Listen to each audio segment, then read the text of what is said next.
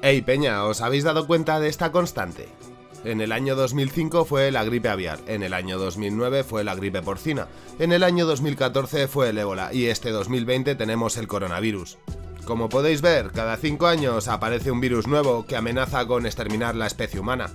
Y es que parece que en el siglo XXI esto de las pandemias es algo con lo que vamos a tener que convivir. Bueno, sinceramente, yo no soy médico ni he estudiado medicina, eso sí, mis conocimientos sobre grupos sociales sí que tengo. Y una de las cosas que siempre me llamó la atención son las técnicas de control de masas. Sobre este tema hay un libro fundamental de Naomi Klein que se titula La doctrina del shock, incluso está en documental. En ese estudio se pone de manifiesto en cómo las situaciones límite moldean el carácter de los individuos. De hecho, el estudio arranca mostrándonos ciertas prácticas muy salvajes que realizaba la psicología a principios y a mediados del siglo XX, como por ejemplo la lobotomía o el electroshock. Es más, en ese libro se explica cómo nuestros amigos chilenos sufrieron ese mismo shock. Porque, no sé si lo sabréis, pero a principios de los años 70 e incluso antes, Chile era un país muy comprometido que tenía gran espíritu crítico. Aún así, se comió las políticas neoliberales más turbias de toda América Latina en los años 80, y eso, Peña, no es moco de pavo. ¿Y cómo se puede conseguir eso teniendo una población tan luchadora? Pues fácil, mete 3.000 estudiantes y trabajadores dentro de un campo de fútbol y hazlos desaparecer. Ey, feo, para, que se te está yendo la olla, esto no iba a ir sobre pandemias. Sí, tranquis, que esto es solo para contextualizarlo. La repetición cíclica del problema en periodos tan definidos, la verdad es que me hace sospechar un poco. De hecho, pienso que detrás de esta constante se encuentran las farmacéuticas. Además, tienen la capacidad en los medios para crear una alarma social. Así que me he ido a los datos y me he puesto a cruzar información. ¿Sabéis con lo que he dado? De 2003 a 2005 murieron 78 personas por gripe aviar. En el 2009 murieron 12.200 por gripe porcina. Y entre el 2014 y el 2016 el ébola se llevó a 11.000 personas. Todo esto que os estoy diciendo son números a nivel mundial. Ahora veamos cómo afectó la gripe común en España. Creo que no hace falta que haga ni conclusiones ni nada, los datos saltan a la vista. Pensad en todo el dinero que están gastando nuestros gobiernos en comprar vacunas para estas pandemias, cuando en verdad existen otras enfermedades que requieren más atención e investigación. En fin, que en el cine existen unas cuantas películas sobre pandemias, y en este vídeo os voy a hablar sobre bastantes que no son muy conocidas, así que voy a dejar de lado míticas como 12 monos, El séptimo sello, Hijos de los hombres, A ciegas y yo qué sé. Tampoco hablaré sobre pandemias de zombies rollo Guerra Mundial Z y la inmensidad de películas que hay sobre muertos vivientes. Todo eso lo voy a dejar de lado. Ya sabéis, estamos en la Filmoteca maldita, aquí le dedicamos tiempo a las películas buenas que están infravaloradas o han sido olvidadas. Así que peña, ya no me entretengo más, ¡vamos al lío! Y aprovechando que el coronavirus surgió en Asia, voy a hablaros sobre películas que traten la pandemia en esta región del mundo. La primera que he elegido se titula Jeongasi, es del año 2012 y se realizó en Corea del Sur. Está dirigida por Park Joon-woo, que es un reconocido guionista surcoreano que de vez en cuando ha hecho alguna que otra incursión como director. Y de verdad se nota que este tipo tiene buena mano para escribir. El guión es suyo y es realmente frenético e interesante. La historia nos presenta a dos hermanos, uno es un investigador médico y el otro es un policía que se dedica a gastar su dinero invirtiendo en bolsa. Una mañana, en una población muy cercana a Seúl y que tiene unos 500.000 habitantes, empiezan a aparecer cadáveres dentro del río. Al principio nadie se alarma, pero cuando se empieza a convertir en una rutina, las autoridades entran en juego. La policía, por ejemplo, envía al hermano del protagonista a realizar una investigación en ese río a ver qué descubre.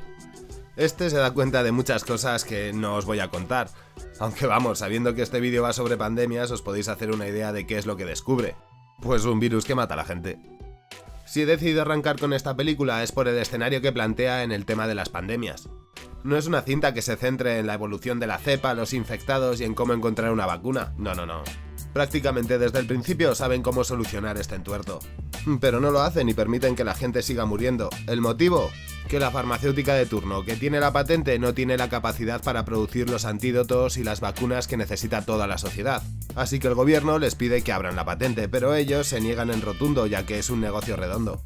Y peña, creo que este es un buen sitio para detenerse y analizar un poco, porque creo que el autor lo que hace en esta cinta es hacer una metáfora de lo peligrosos que son los putos derechos de autor. De hecho, lleva el tema de la propiedad intelectual a una situación límite, y así se puede ver perfectamente lo absurdo que es poner precio a las ideas. Y es que es fácil ver este tipo de problemas éticos y morales cuando miles de personas están a punto de morir, pero no se tiene tan claro cuando hay que reflexionar sobre la cultura y el acceso a esta. Y yo qué sé, peña, aquí tenéis una película sobre pandemias que no se limita a tratar lo de los virus, sino que da un planteamiento mucho más profundo y sofisticado que nos sirve para reflexionar. E incluso me atrevería a deciros que esta es una de las mejores películas que he visto que trata los problemas éticos por culpa de los intereses económicos. Y no os esperéis una película conspiranoica, ni muchísimo menos. La manera de actuar tanto de las autoridades como de las farmacéuticas son muy creíbles. Y no os preocupéis, que esto que acabamos de analizar es solo un puntito pequeño dentro de un guión bastante complejo y bien armado. Así que tomad un poco en serio esta recomierda y echárosla un ojo, porque la verdad es que da para pensar, hablar y estar un rato ahí debatiendo sobre ella. Y si os quedáis con más ganas de cine de pandemia surcoreanos, que sepáis que ese mismo año se realizó otra titulada The Flu. Pero esta solo os la recomiendo si tenéis mucha tolerancia al cine comercial, porque los personajes son clichés con patas. Ya sabéis, el prota que es un héroe, la mujer que se lo pondrá difícil pero que finalmente acabará enamorándose del prota, y una niña pequeña que le da un toque repelente a toda esta historia. Si queréis saber de qué va, pues trata sobre un virus que se ha propagado en la ciudad de Seúl, y resulta que la mujer de la que os acabo de hablar es una médico que es la única que tiene el antídoto, pero no lo tiene a mano porque en un accidente de tráfico perdió el bolso. Afortunadamente en ese accidente de tráfico conoció al héroe que le salvó la vida.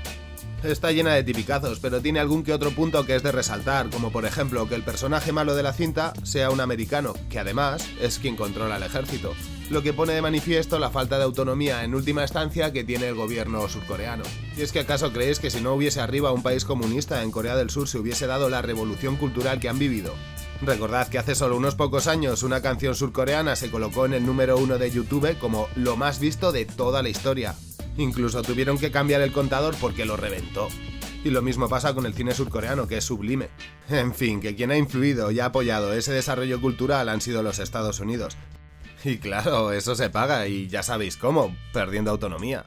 Así que desde mi punto de vista, pese a ser otro cliché con patas el haber introducido un personaje que representa la sumisión que sufren los coreanos sobre los Estados Unidos, me parece un acierto.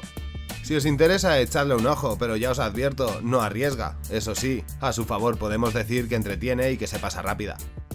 En fin, voy a dejar el tema de pandemias de este país y voy a dar un salto hasta Hong Kong, y os voy a enseñar algo que es muy turbio.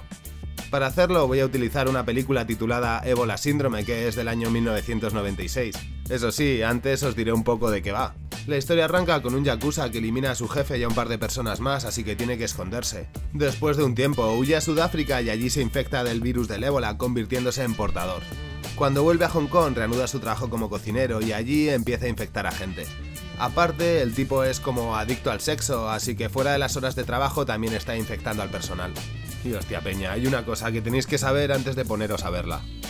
No es una peli comercial y aunque se plantea en ocasiones desde la comedia, realmente es una cinta muy dura. Básicamente porque encontrarás escenas de violaciones, de necrofilia, de mutilaciones y de, yo qué sé, lo que se te pase por la cabeza que se les ocurre a estos chinos que dices de oh Dios mío. Es más, os puedo decir que estáis ante una de las obras maestras de la categoría 3. Pero ¿qué es eso de categoría 3? Tranquilos que os cuento. A partir del año 1988 en Hong Kong se redefine la manera de calificar a las películas. Es decir, implantan el +7, el +13 y el +18 que tenemos en el resto del mundo.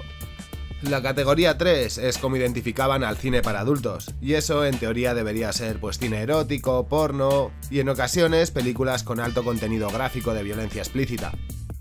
Finalmente, esta subcategoría se convirtió en una especie de género, además uno que funcionaba como cajón desastre en donde todo entraba y todo valía. De esta manera, dentro de la categoría 3 encontraremos cine de todos los tipos, de yakuzas, de asesinos en serie, gore puro y duro o incluso cintas históricas. Dentro de este último grupo tenéis Los hombres detrás del sol y poca broma con esa cinta. En fin, que yo os aviso, Ébola Síndrome es una de las cartas de presentación y de las piezas fundamentales de este tipo de cine, así que prepararos porque aunque sea en clave de humor, las escenas son bastante explícitas. Y claro, no os esperéis ni argumentos sofisticados ni grandes giros en la trama, simplemente prepararos para algo retorcido y oscuro. Y bueno, a los que habéis llegado aquí ya que habéis superado esta cacho de bizarrada, ahora a cambio os voy a traer un peliculón que me vais a agradecer toda la vida. Se hizo en 1980 por uno de mis directores favoritos japoneses, que se llama Kinji Fukasaku. De este os puedo recomendar varias obras que para mí son indispensables dentro de la historia del cine. Por ejemplo, está detrás de la pentalogía Batalla sin honor ni humanidad, que para quien no la conozca y así dicho rápido y mal, es como El Padrino japonés. Aparte de esa cinta, existe otra película que le ha hecho formar parte de la historia del séptimo arte, principalmente porque ha sido fuente de inspiración para grandes éxitos como por ejemplo los Juegos del Hambre. Ya sabéis, os estoy hablando de Battle Royale. Y ya, me dejo de presentar al director. La película que quiero presentar suya se titula Exterminio, Virus, Día de la Resurrección o Fukatsu no Hi.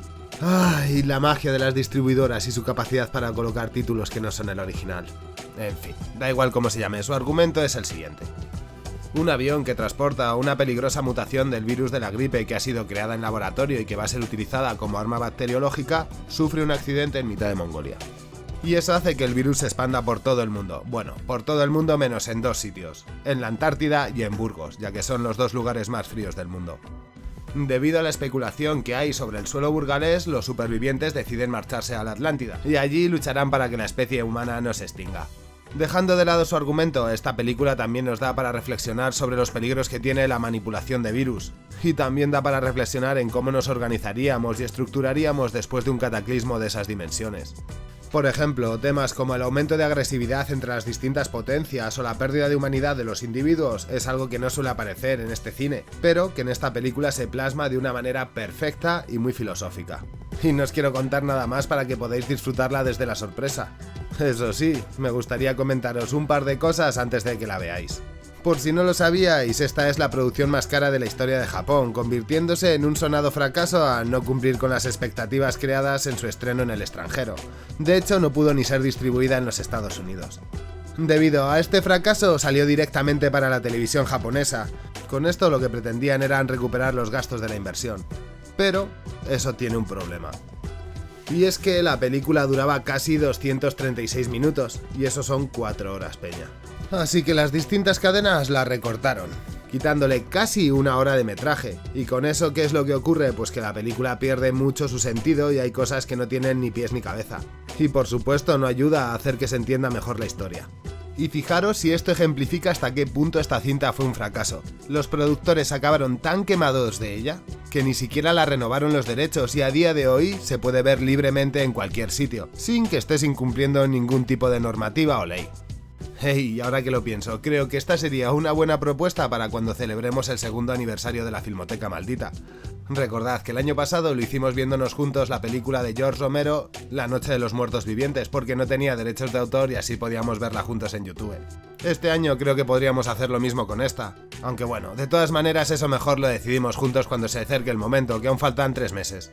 En fin, que aquí tenéis una pequeña colección de cine de pandemia realizado en Asia y que probablemente ningún otro youtuber ni ningún otro blog te hable de ellos. Espero que si te cruzas con ellas las eches un ojo y ya de paso pues dejes algún comentario por aquí dándome tu opinión. Por hoy ya no tengo más que contaros. Soy el Feo, estás en la Filmoteca Maldita, saludos a mis Patreon y nos vemos en los vídeos.